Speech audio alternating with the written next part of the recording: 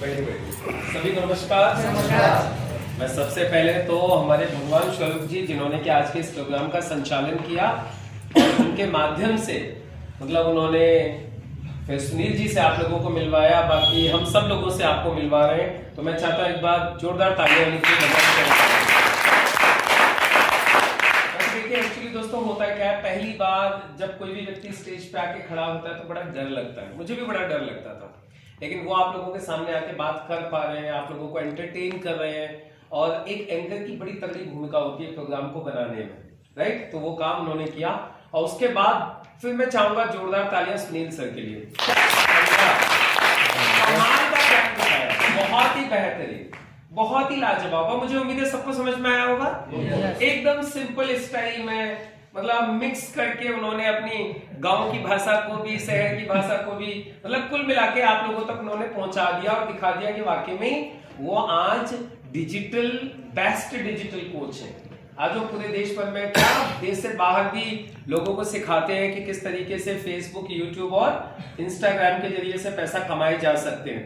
तो आप लोगों के लिए भी एक गुड न्यूज दे देता हूं मैं। सर ने आप लोगों के लिए, सब लोगों के लिए गुड न्यूज दे रखी है कि हमारी टीम के जितने भी लोग हैं, वैसे इनकी फीस आपको बताऊं 10-10 लाख रुपए एक एक बंदे से फीस के लेते हैं। 10-10 लाख रुपए इनकी फीस है। आज मुझे मालूम है इनके कई सारे क्लाइंट हैं जो बाहर से हैं जिनकी फीस 10-10 लाख रुपए है। लेकिन अच्छी बात यह है कि हमारी पूरी टीम के लिए वो सारी की सारी कोचिंग इनकी तरफ से फ्री है। यानी आप लोग यूट्यूब के जरिए से, फेसबुक के जरिए से भी पैसा कमाना चाहते हैं तो सर की क्लासेस चलती हैं, जैसे हमारी बाकी ट्रेनिंग चलती हैं, तो आप उन ट्रेनिंग्स में आ सकते हैं। अपनी टीम के लिए सब फ्री है। तो जितने भी लोग हैं यहाँ पे जो पहली बार आए हैं, तो आप लोग भी इस बिजनेस को स्टार्ट करके सर की ट्रेनिंग्स का भी बेनिफिट ले सकते हैं। अब चलिए थोड़ा सा मेरे बारे में बता देता हूँ। मेरा नाम मुकेश सिंह है, मैं अलीगढ़ से ही हूँ और अलीगढ़ के पास में मेरा गांव पड़ता है पीपली, गोंडा रोड पर। गोंडा से करीब यहाँ से 15 किलोमीटर दूर मेरा गांव है और मैं वहां का रहने वाला हूँ। इस बिजनेस में आने से पहले मैंने अलीगढ़ कॉलेज से, डीएस कॉलेज से ही पढ़ाई कंप्लीट की है और पढ़ाई कंप्लीट करके मैं 10,000 रुपए महीने की नौकरी करता था सेंटर पॉइंट में। एक इंस्टीट्यूट होता था Narayan academy of civil aviation, जहां हम लोग बच्चों को एयर हॉस्टेस और फ्लाइट स्टूवर्ड के लिए ट्रेन करते थे। उस वक्त ये बिजनेस मुझे इस मैनेजमेंट के साथ समझने का मौका मिला। जैसे आज आप लोगों ने देखा है ना, वैसे ही मैंने भी देखा था। और पता है कहां देखा था? इसी होटल के ऊपर रूम में। कमाल की बात यह है कि इसी होटल से मेरी शुरुआत हुई थी। अब आप देखिएगा कितना लकी होटल है ये कि इसी होटल से मेरी शुरुआत हुई थी सही सर। और तीसरे महीने की मेरी इनकम थी 18,000 रुपए। पार्ट टाइम में इनकम 18,000 कैसी है भाई? यदि फुल टाइम में 10,000 आता, पार्ट टाइम में 18,000 आने लगे, तो फिर मैंने तो नौकरी छोड़ दी, मैं इस काम में फुल टाइम आ गया। और मुझे याद है पहली साल की मेरी टोटल इनकम थी इस काम से 3,09,000 रुपए। कितनी? 3,09,000। आप एवरेज निकालोगे तो इट कम्स 26,000, 26,000 रुपया महीना। अब सोचो, नौकरी में 10,000 आते थे, इस बिजनेस से मैं 26,000 रुपए पहुंच गया एक साल के अंदर एवरेज। दूसरी साल की मेरी टोटल इनकम हुई है 7,24,000। एवरेज कितना हो गया? 62,000। तीसरी साल की 11.5 लाख, एवरेज 95,000। अब आप लोग खुद सोचिए, यदि मैं सिर्फ उसी नौकरी को ही करते रहता 10,000 रुपए महीने की को, तो क्या मैं 95,000 तक पहुंच पाता कभी भी? और आपको कमाल की बात बताऊं, एक वीक ऐसा भी आया जिसमें एक हफ्ते की मेरी इनकम हुई 1,83,000 रुपया, 7 दिन की इनकम।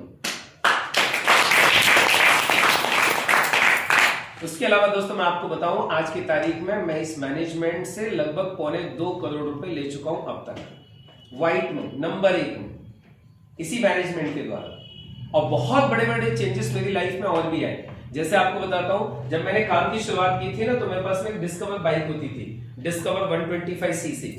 इस बिजनेस को चालू किया था, पहले 18 महीने में मैंने मेरी पहली कार खरीदी थी Swift, just with in first 18 months. उसके बाद में फिर दूसरी कार खरीदी डस्टर, 11.5 लाख रुपए की। फिर तीसरी कार खरीदी जिस वक्त कोरोना लॉकडाउन लगा था, मेरी तीसरी कार मैंने परचेज की थी विटारा ब्रिजा। और चौथी कार अभी 19 अगस्त को मैंने यहां से परचेज की 18 लाख रुपए की ग्रैंड विटारा, अभी बाहर खड़ी है। तो ये सब कुछ दोस्तों आप लोगों को पीछे बताने के पीछे सिर्फ एक उद्देश्य है यदि मैं 10,000 की नौकरी करने वाला बंदा इसी काम के जरिए से ये सब कुछ कर सकता हूं, तो फिर आप भी कर सकते हो। बस आवश्यकता सिर्फ एक ही है, जैसे हमारे लीडर्स ने कही, क्या आपके अंदर कुछ कमाने का जुनून होना चाहिए, कुछ कर गुजरने की इच्छा होनी चाहिए। जितना है सिर्फ उतने से संतुष्ट नहीं होने चाहिए। अभी मैं स्टीव जॉब्स की एक, हम लोग पीछे वो सुन रहे थे, उनकी एक बड़ी प्यारी सी एक स्पीच थी। स्टीव जॉब्स को जानते हो, जो एप्पल के मालिक हैं? तो उनकी हम एक स्पीच सुन रहे थे, तो वो बोलते हैं अपनी स्पीच में, स्टे हंग्री स्टे फुलिश। हमें सब भूखे रहिए। किस चीज के लिए? सीखने के लिए, आगे बढ़ने के लिए, कमाने के लिए, हर वक्त भूखे रहिए। Stay hungry and stay foolish. Stay foolish मतलब मूर्ख रहिए, सीखने के लिए हर वक्त तैयार रहिए। अपने आप को होशियार मत समझिए, अपने आप को ये मानिए मुझे कुछ नहीं आता, तो आप लाइफ में आगे बढ़ोगे। और यही कारण है कि वो व्यक्ति आज की तारीख में, आप सोचिए एप्पल का मालिक आज कहां पर है। तो मैं भी आप लोगों से एक ही चीज कहूंगा, स्टे हंग्री स्टे फुलिश। मैंने भी वही काम किया, आज भी मैं सीख रहा हूं। कई सारे foreign trips, Hong Kong, Macao, Malaysia, Bangkok, Sri Lanka, फिर बैंकॉक, फिर मलेशिया। जबकि सर ने जैसे बताया ना, हम देखते थे कि कुछ जा रहा है, सुधरी जा रही है, राइट ना?